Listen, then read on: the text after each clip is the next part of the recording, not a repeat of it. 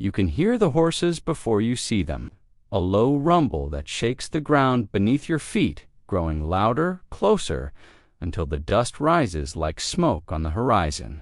Then silence, the kind that makes your chest tighten. The Mongol riders sit motionless, 1,000 strong, their eyes scanning the city walls where you stand. They don't shout, they don't charge, they simply wait. And somehow, that's worse, because everyone knows what comes next isn't battle at something the world has never seen before, something that will make kingdoms surrender at the mere whisper of a name. Before we dive deeper into this, I'd love to know where in the world are you watching from. It fascinates me endlessly that a story from 8 centuries ago still grips people across every continent, every culture. The year is 1219. The place, the Khwarezmian Empire, a sprawling domain stretching across Central Asia, one of the wealthiest and most advanced civilizations of its time. Its ruler, Shah Muhammad II, made a catastrophic miscalculation. He executed Mongol envoys, ambassadors of peace sent by Genghis Khan to establish trade. In Mongol law, an envoy was sacred, untouchable. To kill one was to declare war not just on an army, but on the very order of the world, as the Khan understood it. And so Genghis Khan, the man who had united the fractured nomadic tribes of the Mongolian, stepped into the most lethal military force humanity had ever witnessed, turned his gaze westward. What followed wasn't conquest. It was annihilation with a method. A calculated dismantling of everything the Khwarezmian Empire held sacred: its cities, its people, its very memory. But here's what the history books often miss. Genghis Khan didn't just destroy, he innovated.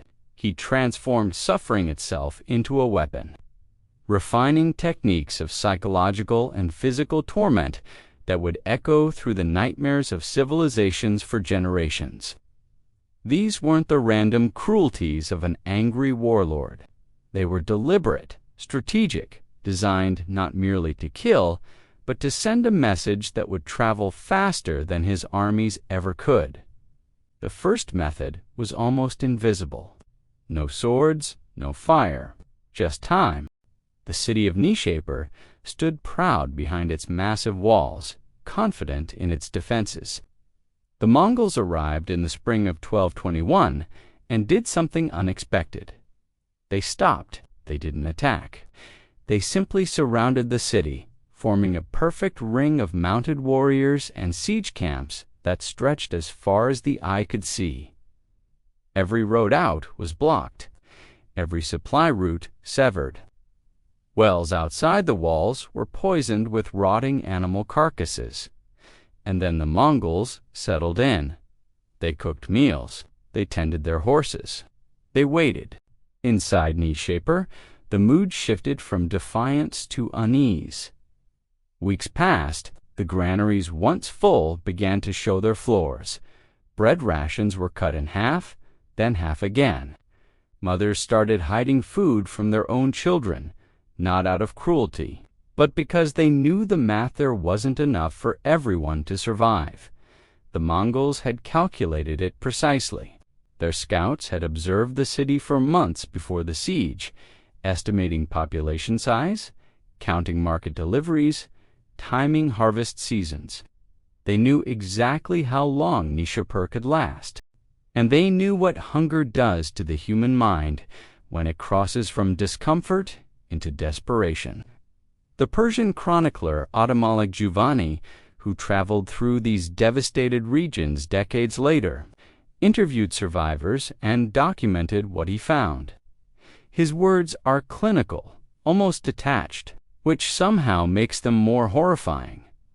They consumed first the horses, then the dogs, then the leather of their shields boiled into a tasteless pulp. When nothing remained, they turned to the flesh of the dead, carved in darkness, spoken of never.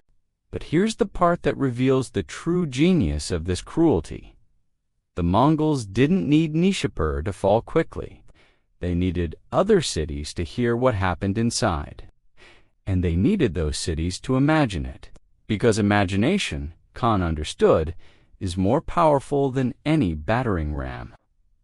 When the gates of Nishapur finally opened, not broken by force, but unlatched by skeletal hands too weak to fight, the Mongols entered not as conquerors, but as executioners.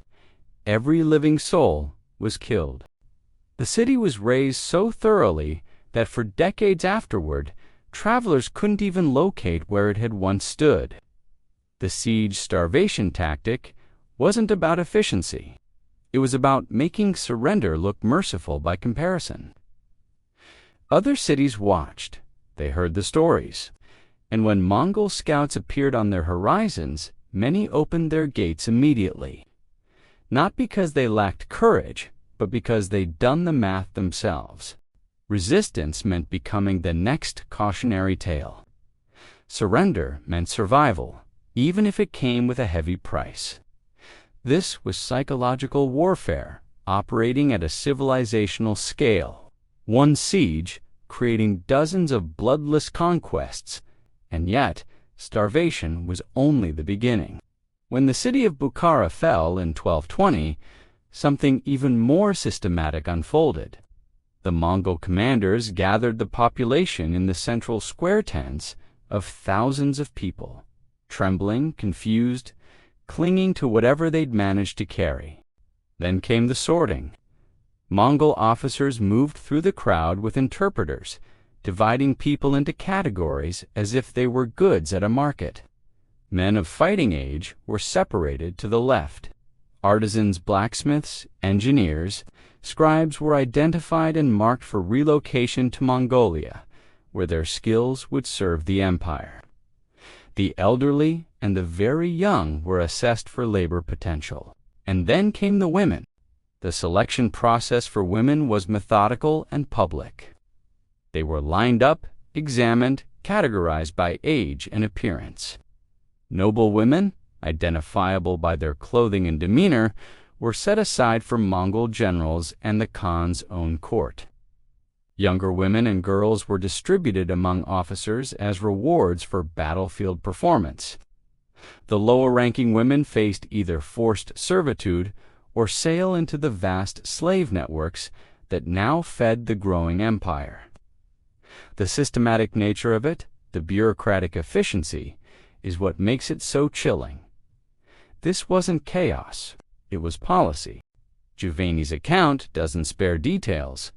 They separated wives from husbands, children from mothers, sisters from brothers. The screaming lasted until voices failed. Then came only the sound of weeping, which is somehow worse, for it speaks of hope abandoned. What happened to these women is documented across multiple sources: Chinese, Persian, Russian. Many were forcibly married into Mongol households, their identities erased, their native languages forbidden. Others were sold into slavery, scattered across the vast trade networks the Mongols now controlled, from the markets of Samarkand to the imperial courts of China. A few, very few, kept as translators or administrators if they possessed valuable skills or knowledge. But the vast majority simply vanished from history, their names unrecorded, their fates sealed by the accident of being born in a city that resisted the wrong army. The cruelty here wasn't just physical, it was ontological. Genghis Khan understood that to truly conquer a people, you had to break not just their walls, but their ability to remember themselves. Taking the women, the mothers, the daughters, the wives meant severing the transmission of culture, language, lineage. It meant erasing tomorrow. And it worked with devastating efficiency. Entire ethnic groups simply disappeared from the historical record after Mongol conquest, not because every individual died, but because the cultural continuity that defines a people was deliberately shattered. But if you thought that was the lowest point of Mongol warfare, you weren't accounting for their strategic use of human shields. The siege of Gurganj in 1221 revealed this tactic in its most horrifying form.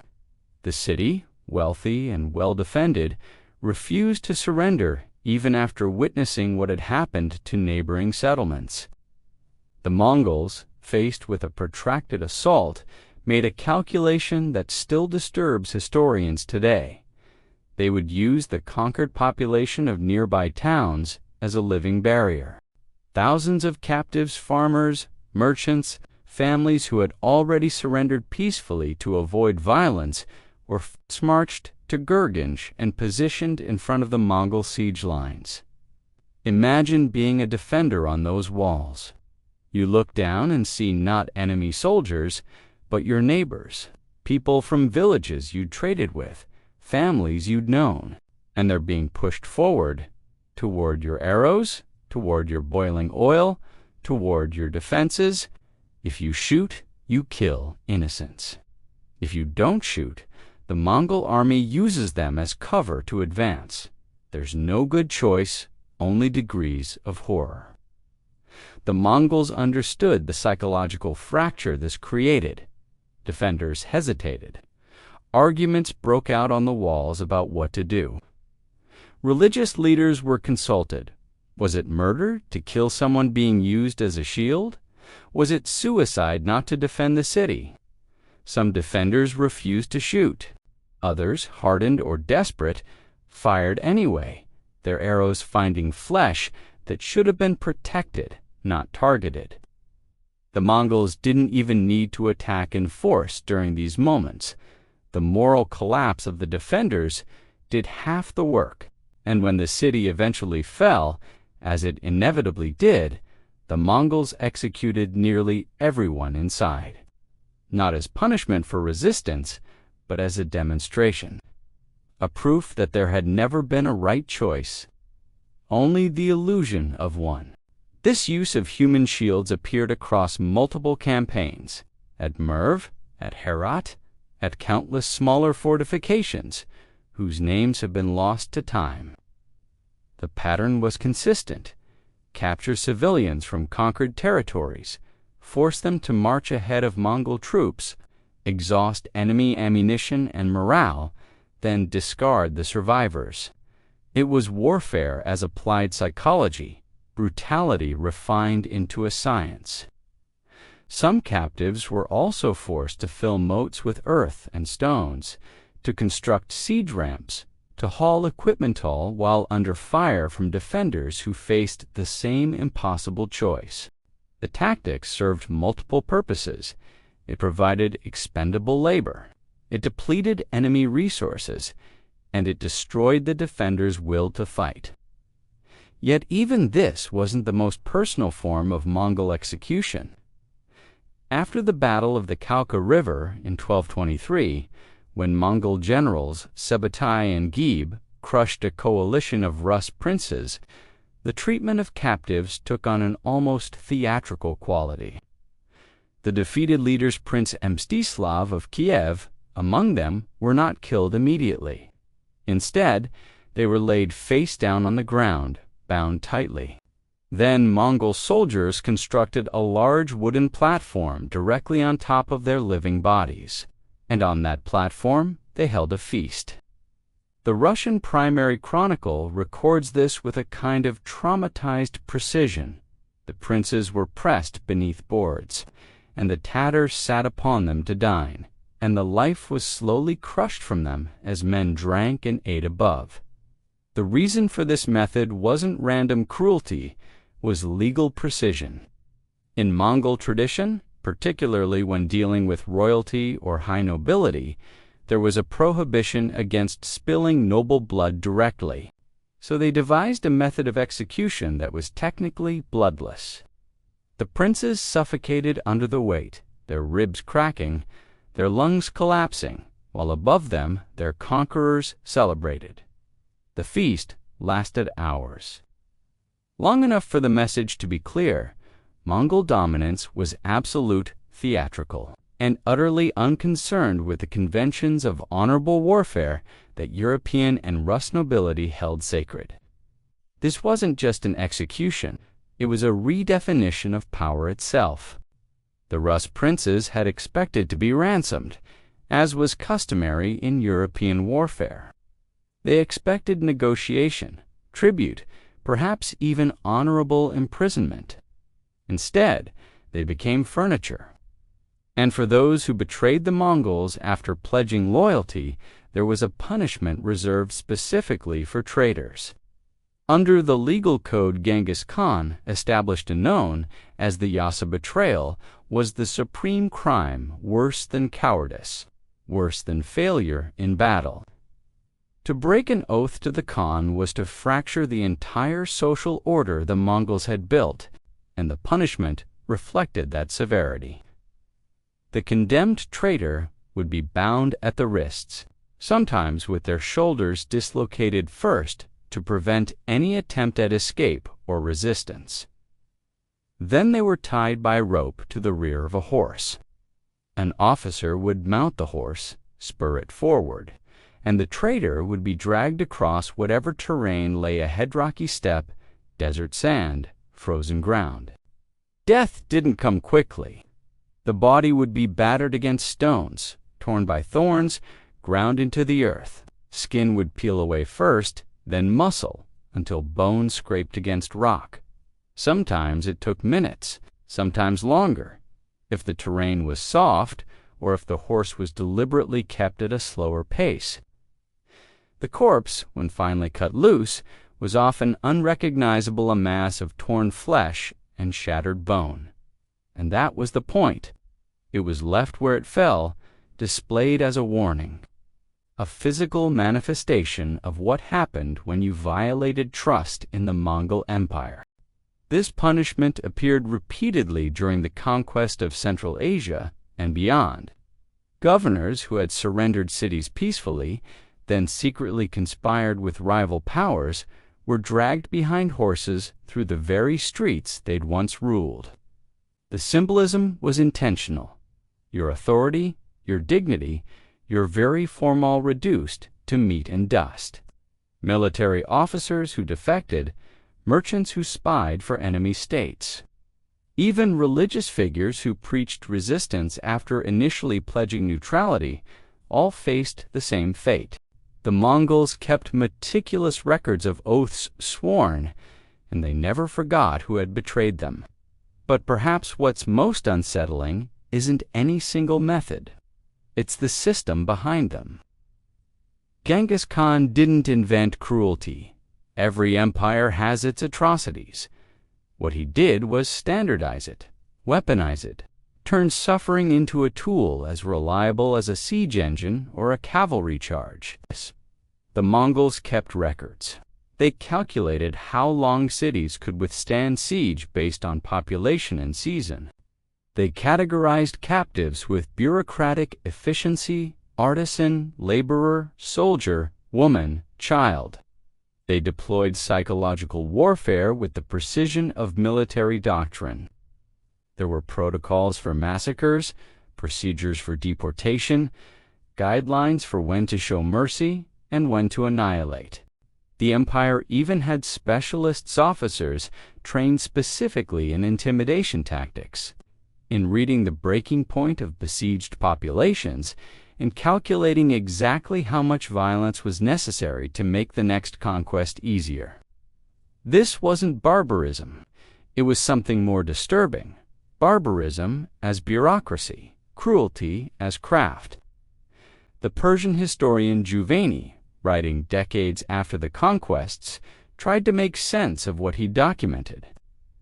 His conclusion was almost poetic in its horror. They came, they sapped, they burnt, they slew, they plundered, and they departed. But he also noted something else, something that reveals the true legacy of these methods. He wrote that after the Mongols passed through a region, the survivors didn't just rebuild. They remembered. They told stories.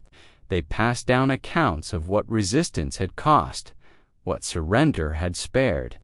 And those stories traveled faster than any army.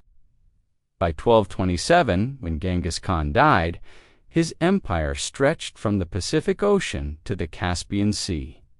It would grow even larger under his successors, becoming the largest contiguous land empire in human history. And it grew not just because of superior cavalry tactics or brilliant logistics. It grew because of fear, the kind of fear that makes a city open its gates at the sight of Mongol scouts on the horizon, the kind that makes kingdoms send tribute without being asked, the kind that gets whispered about in the dark, generation after generation. There's a mass grave outside the ruins of Nishapur. Archaeologists have identified it through ground-penetrating radar, but have never fully excavated it. Estimates suggest it contains tens of thousands of bodies buried in layers, indiscriminately mixed nobles and peasants, defenders and civilians, all reduced to the same anonymous earth. No markers, no names. Just soil that still, after 8 centuries, refuses to grow certain crops.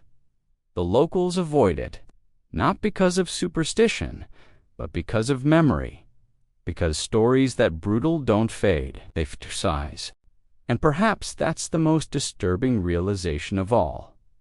Genghis Khan's methods worked, not just militarily, but historically. We remember him not as a footnote, but as a titan. His empire shaped the modern world trade routes, cultural exchanges, genetic lineages. The very borders of nations today trace back to Mongol campaigns. The Silk Road's greatest flourishing came under Mongol protection. The exchange of ideas between East and West accelerated because of Mongol conquests. Even the concept of religious tolerance in multi-ethnic empires owes something to Mongol administrative practices. The brutality wasn't a flaw in his strategy. It was the foundation of it. So here's the question that lingers long after the bodies were buried and the ruins were reclaimed by grass. How much of our world was built on that foundation? How many of the systems we take for granted, international trade, diplomatic immunity, the very idea of empire spanning continents, were forged in the screams of Nishapur, the silence of Gurganj, the crushed bodies beneath that platform at Kalka River? The Mongols left no great monuments, no towering cathedrals or philosophical treatises, but they left this: the memory of what happens when power becomes absolute and mercy becomes optional. When strategy subsumes humanity, when suffering is perfected into policy, and 800 years later, we still can't look away.